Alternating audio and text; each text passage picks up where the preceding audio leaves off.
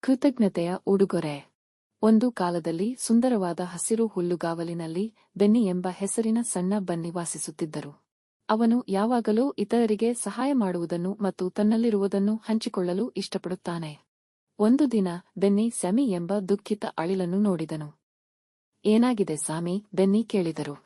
ನಾನು ನನ್ನ ಒಕ್ ಅನ್ನು ಕಳೆದುಕೊಂಡೆ ಮತ್ತು ಈಗ ನನಗೆ ತಿನ್ನಲು ಏನೂ ಇಲ್ಲ. ಸ್ಯಾಮಿ ಮೂಗು ಮುಚ್ಚಿಕೊಂಡರು. ಬೆನ್ನಿ ಮುಗುಳ್ನಕ್ಕು ಸ್ಯಾಮಿಗೆ ತನ್ನ ಕೆಲವು ಕ್ಯಾರೆಟ್ಗಳನ್ನು ಕೊಟ್ಟನು. ಇಲ್ಲಿ ಸಮ್ಮಿ, ನೀವು ಇವುಗಳನ್ನು ಹೊಂದಬಹುದು. ಸಮ್ಮಿಯ ಮುಖವು ಸಂತೋಷದಿಂದ ಬೆಳಗಿತು.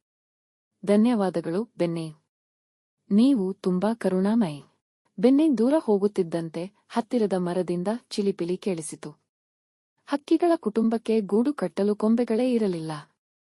ಚಿಂತಿಸಬೇಡಿ, ನಾನು ಸಹಾಯ ಮಾಡುತ್ತೇನೆ, ಬೆನ್ನಿ ಹೇಳಿದರು. ಬೆನ್ನಿ ಬೇಗನೆ ಕೊಂಬೆಗಳನ್ನು ಸಂಗ್ರಹಿಸಿ ಪಕ್ಷಿಗಳಿಗೆ ಕೊಟ್ಟನು. ಈಗ ನೀವು ನಿಮ್ಮ ಗೂಡನ್ನು ಮುಗಿಸಬಹುದು. ಹಕ್ಕಿಗಳು ಖುಷಿಯಿಂದ ಚಿಲಿಪಿಲಿಗುಟ್ಟಿದವು.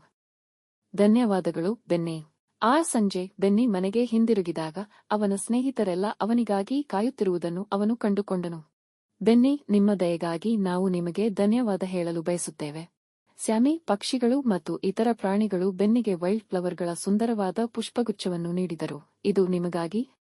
ಆ ರಾತ್ರಿ ದಯೆ ಯಾವಾಗಲೂ ಸಿಹಿಯಾದ ರೀತಿಯಲ್ಲಿ ಹಿಂತಿರುಗುತ್ತದೆ ಎಂದು ತಿಳಿದ ಬೆನ್ನಿ ಸಂತೋಷದಿಂದ ಮಲಗಿದನು. Thanks for watching. Please like, share and subscribe for more such videos.